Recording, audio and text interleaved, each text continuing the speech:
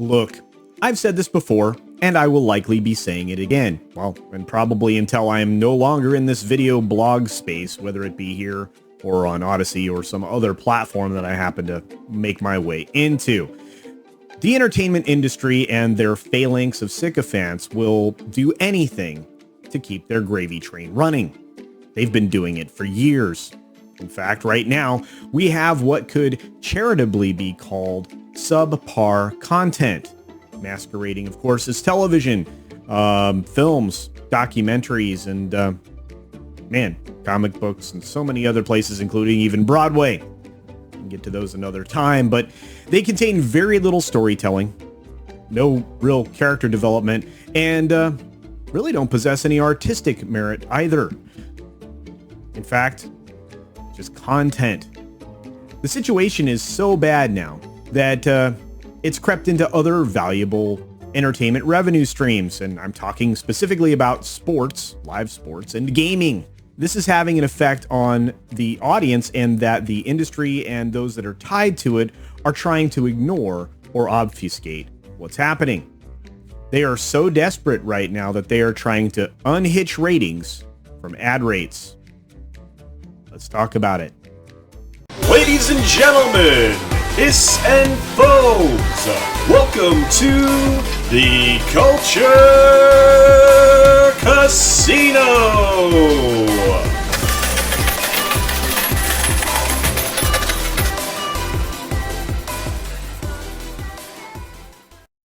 Everything is not rosy.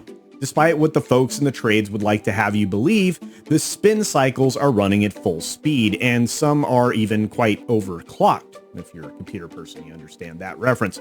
You don't have to look very far to see it right now. The current ratings disaster is the Olympics, and of course all of its coverage. It started out very badly for NBC in their prime media market, which, believe it or not, happens to still be the United States, and Comcast is probably going to keep it there. The games were going to be challenging this year, regardless of, what was going on, including the fact that they were banning protests, which now they aren't doing anything about. They continue to happen anyway. They actually have no audience for the live events, or very limited, or maybe a handful. I mean, there really is no audience there per se. They also have a very jaded populace that is tired of narrative stuff being shoved into anything sports related by the mouthpieces at the networks. That is kind of run its course, and they know it. Of course, the audience is tired of this across the board, not just for sports and stuff, but, I digress, or I get off track rather easily as well. They, of course, knew that the numbers would be very bad, just like they knew that Masters of the Universe was going to be a problem for Netflix. They knew that Black Widow, Space Jam, and Snake Eyes would all fall well short of their even very downgraded expectations, because believe it or not, even going into Black Widow before, we walked into this global crisis, Black Widow was already being projected downward. So it only got worse a year and a half later. Anyway, we'll keep going. You don't have to look any farther, of course, than CNN Business to see evidence of how they knew this was going to happen and how they were going to soften the blow.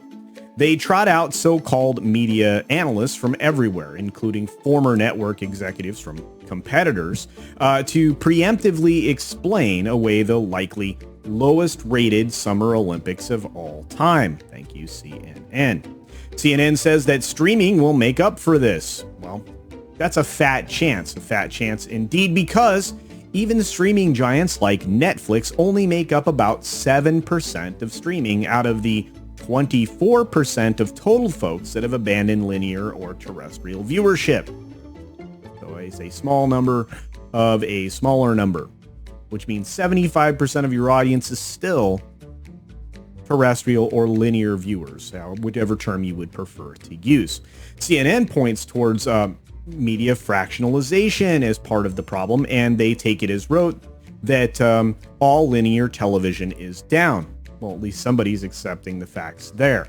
Understand that the former executives for these major networks, they accept the ratings from the industry leader in this field, Nielsen. And those numbers are solidly showing a decline consistently, even with sports, which is not good news.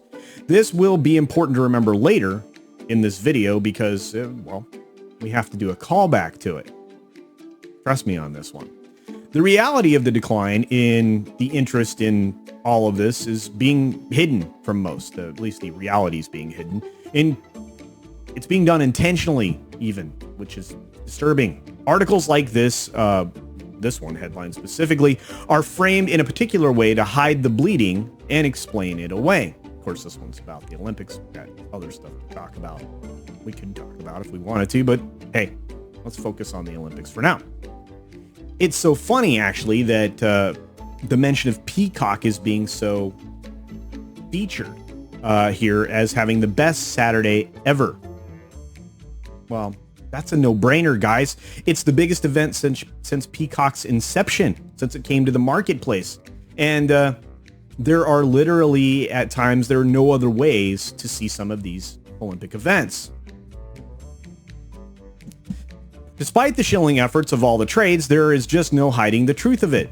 The Wrap actually even puts it on display, and they draw attention to the ugly reality that the opening ceremony in Tokyo comes in at the least viewed in 30 years. That's a lot. Strangely enough, if we go back in time, in 2012, London's opening ceremony hit the 40 million mark for people that watched it, even though it was tape delayed. It wasn't in real time. If you compare that to 9 years later, right now, the grand total of viewership in linear product was 17 million. Some quick math, that's a huge decline, even allowing for some people to be streaming it. Odd. So, of course, the ratings are down. And again, as I keep saying, across the board. I remind you right here of the previous former CBS VP of sports, of course. His name is Jay Rosenstein. His quote is, "All linear television is down." There's no argument. Because of this, this organization called the VAB is attacking Nielsen and, of course, their credibility. Nielsen is annually audited by the MRC, that's Media Rights Council, and have long been the industry standard for household viewership numbers. They're golden. So who are the VAB, or who is the VAB, or what is the VAB? Well, the VAB is the Video Advertising Bureau. So they're a trade org. They represent the TV networks and are trying to, create ways for them to get more money from advertisers' pockets, spending more on commercial endeavors on their channels. They want to increase the cost of every single commercial spot. That's why the VAB exists. So the accepted fact that linear viewership is down is making it hard for them to justify charging more for the programming time. That makes an awful lot of sense. Sean Cunningham is using the global crisis as a way to force this kind of change. They even try to say that there are other ratings measurements bodies that are in place that can replace Nielsen's group. The sad truth is, there really isn't. For as much as a competitor is truly needed in this area, and there are some that are up and coming, let's say that, up and coming, no other entity does what Nielsen does currently, at least not reliably or in any way consistently. No one possesses the same background, the track record, even the estimation models that are currently coming into play or are being employed by groups like Parrot Analytics, Samba, and some others have gaping holes in their information and their information gathering. And of course, there's an enormous amount of guesswork in there too. See Parrot Analytics and any of the videos that I've done on them, or anybody else, because believe me, smoke and mirrors doesn't hold a candle to Parrot Analytics. Anyway, again, I digress. VAB knows that it has to move fast here. They really do. They need to strip the accreditation from Nielsen before Roku has their project fully up and running, which is going to be utilizing not just their own streaming data, but Nielsen's as well, giving us a complete picture of what consumption looks like, including on platforms that are ad-supported like Peacock or Hulu or obviously HBO Max's commercial-supported side, and probably Disney's. I think everybody's going to get into that game, including Paramount, if they haven't already, at least at the time of you viewing this video. It could already be happening.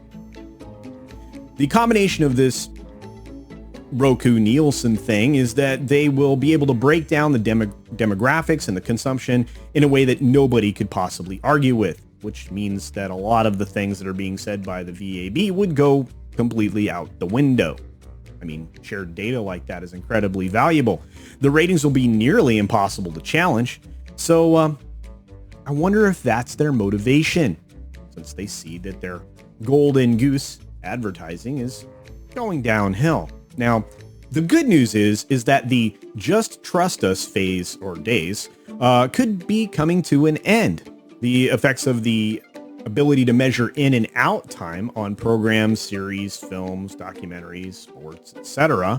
will reveal the true popularity of whatever it is. You'll know the moment someone steps away in a television program because the story went to trash and became pure garbage, or the overt messaging, the preachiness of a show turned the viewer off. I think everybody would be surprised with that data. Actually, I take it back. I don't think so at all. Of course, the bad news here is that the media companies will do anything they can to stop it, including utilizing trade organizations like the VAB to, I don't know, throw a wrench in accreditation for Nielsen. They know already what's good or bad about their stories. They just want to hide that information from you, and of course from the advertisers that are trying to put their commercials on their linear television and even their streaming stuff, including here on YouTube. They really desperately want to unhinge ratings from ad revenue, and that is very, very bad business. Transparency is really important when it comes to ratings, and of course the networks and the streaming services want no part of that. I think I sound like a broken record at this point, so I'm going to say thanks for checking out the video today. I truly appreciate you spending your valuable time here. I have decided to make the big push for 5K, hopefully by the end of the year. That's incredibly aggressive because I'm sitting at about just under 2,300 at the moment. So I really am looking to double up, or a little more than double up to get there. So if you wouldn't mind, go ahead and comment below anything that you'd like to say. I try to engage when I am available, and a lot of you have insightful comments. I really enjoy reading them.